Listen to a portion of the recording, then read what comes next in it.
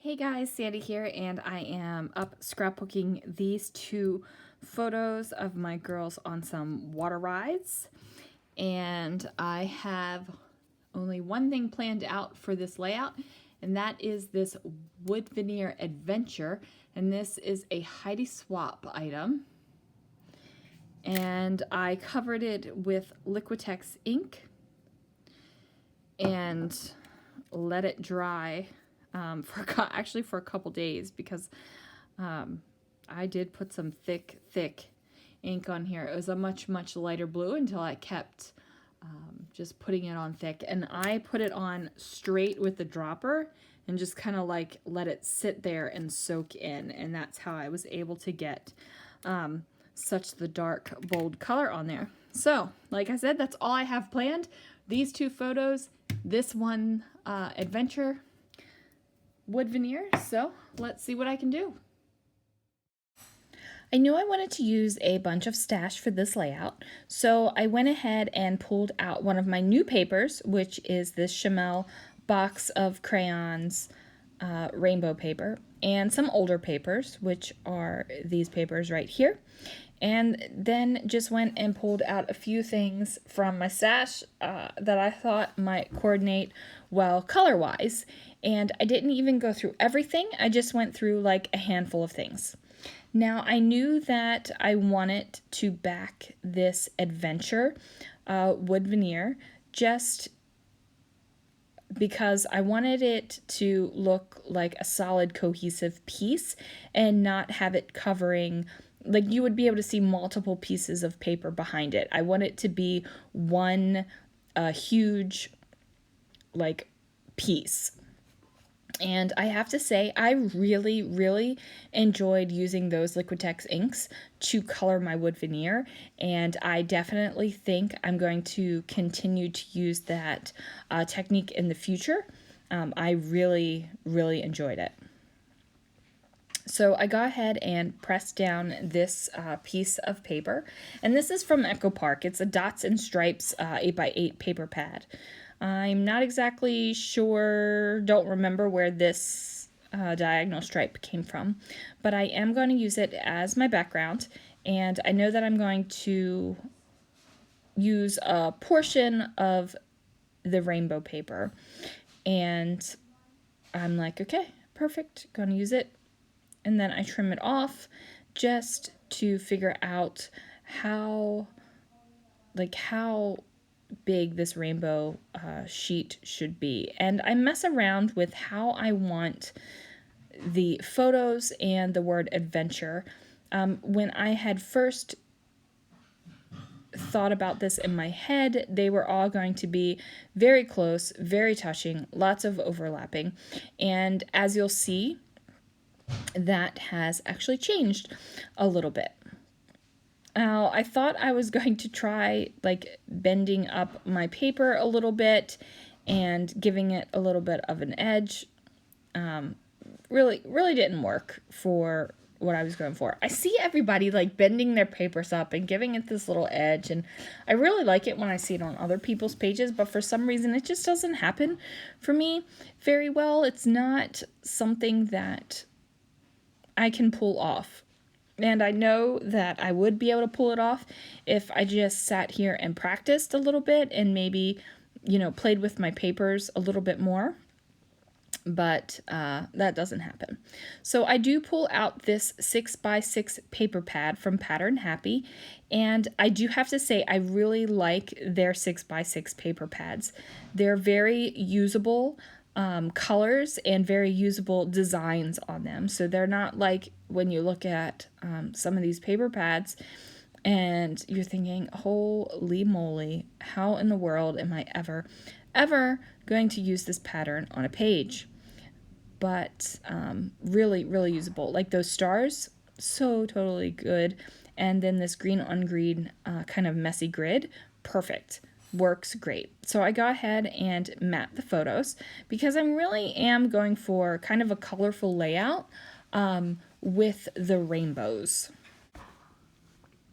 So now I'm just trying to figure out how exactly I want these pictures to go, because I haven't really thought it out in my head. I cut out that rainbow paper without really having a plan and just kind of guessed where I would want it to be. So where I have my pictures now, there's a little weird space, and I don't like that weird space between the rainbow paper and the photos. So I have this bit of fringe, and I'm just going to go ahead and put some adhesive down on there and make this happen. So I'm lining it up, and then I'm just going to go ahead and push that adhesive down really far or really hard, and then I'm going to lift up the fringe a little bit and just give it a little bit of depth, because when the page goes in the page protector, I still want the fringe to be kind of there. Like, you can tell it's there and it's not just a red line, which if I didn't lift up that fringe, it kind of would have just looked like a red line. So see, now that line is not there. And it turns out I'm not even going to go with that original look. I'm really struggling with where to put this stuff down. Like, I didn't have a plan. I just knew I wanted the colors there. And I'm really thinking I actually don't want to cover up the photos with this adventure. And I am really, like, as you can see, I'm trying out all different things. I'm struggling. I'm trying to figure out where I want it to go,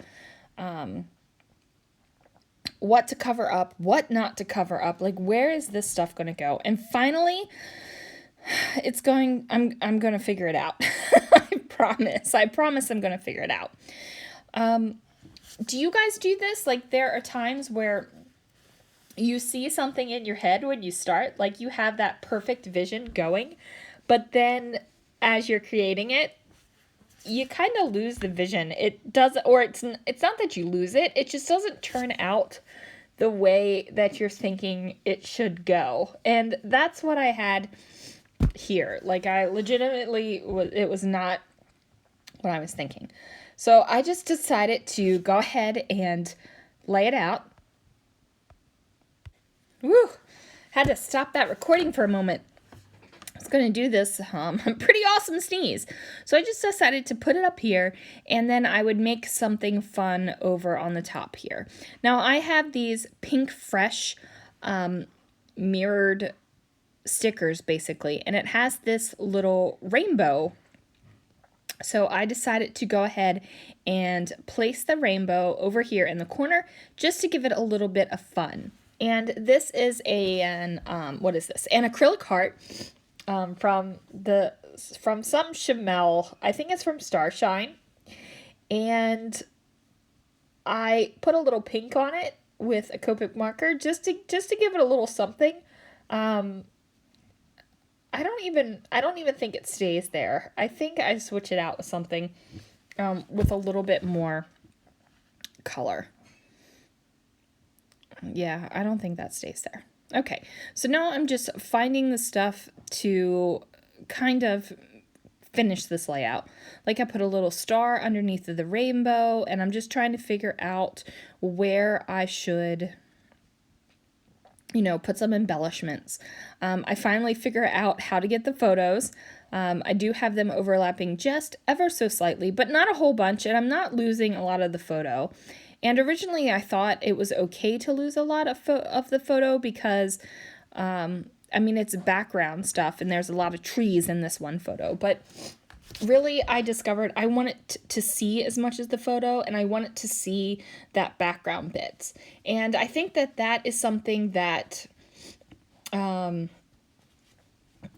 wouldn't say I struggle with it, but it is a thought process for me where I have photos that don't have a lot of details so that I can layer stuff over top of them and little pieces will poke over the photos and it doesn't bother me. But then there are times where I'm like, I need those details, and the background is just important, is just as important part of the photo as the foreground, because those backgrounds that's like the history of the photo. That's the things when I'm looking at old photographs, I'm I'm being nosy and I'm poring over them. I'm trying to see what's in the background and trying to see if I can find any fun little bits. And I love like the colors, and I think that's why I kind of scrapbook the way I do. Like I scrapbook what I want, how I want, basically. But I know that, and I know that a lot of people turn photos black and white an awful lot so that they can scrapbook any color they want with them. And that is how they want to scrapbook. So I say more power to you. If you want to scrapbook black and white photos and scrapbook whatever papers and colors you want, then go for it. If you want to scrapbook your photos and scrapbook whatever papers and colors you want, then go for it. And that's kind of where I fall. I don't really pull out colors a lot on my photos consciously. I think sometimes I pick the colors of my papers and stuff unconsciously for my photos. So like these photos have a lot of green, like a bright blue, and lots of primary type colors. And I think I unconsciously picked primary colors for these photos. Not to completely match, but just know that like the photo has some bright primary colors, the bright green, the bright blue, the bright colors in their shirts. And that's probably why I went with the bright color scheme. But it wasn't I need to find an orange that matches her shirt, or I need to find a blue that matches that water ride. And actually that blue polka dotted paper does match that water ride kind of well. So, but it wasn't a conscious, I need to find this blue, I need to find the right green, I need to find the right orange. It's just kind of, I think these colors will work with these photos, and I make it happen. Now, on the other hand, there are times where I have photos and I scrapbook with colors that have nothing to do with it. Like I have a anniversary album that was scrapbooked in pinks, reds, grays, blacks, and whites, the entire thing. Now there are definitely different variations of the colors, but the supplies were completely the same, even though the pictures may not have had those colors in them at all. So like I said, do what you want, do what makes you happy. If matching your photos to your papers makes you happy, then by all means, like, do it up big. If just grabbing whatever you desire makes you happy, then do that too. Like, it's your scrapbook. And I think that is my message. I never really thought about it, but I guess my message really is do what you like and like what you do. Because my scrapbooking motto for myself is I do what I want, because I do what I want. If I want to do mixed media, I'll do mixed media. If I don't, I won't. If I want a flat page, I'll do it. If I want like a big hunky page, I'll do that. I do what I want, and I like being able to use the supplies I want and the pieces I want. I love mixing things. I love matching things. I love all that kind of fun stuff. So basically, I just do what I want. And one of the things I also do is use washi tape to cover up anything that pokes through the back of my page, just so that has a flat surface, so that as I'm putting layouts into my album, or say if somebody wants to take out a layout for a closer look and they need to put it back, nothing is there like pokey that can rip or tear or poke through any other page. And that's important to me. Not that a lot of people pull layouts out of my albums, but just in case, I just want to help keep it protected as much as possible, basically. So what am I doing here? Oh, I decided to go ahead and put a gem in the center of this heart, and that does have tines that are poking through, so washi tape went on the back there as well.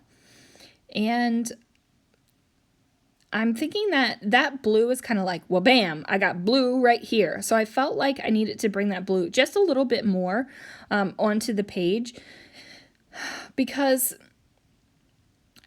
it felt like adventure. Like I want that to be a huge element, because I just love the way it turned out, even though it's just ink on top of wood veneer. But I felt like that blue needed to be just a tad more of that blue on the page.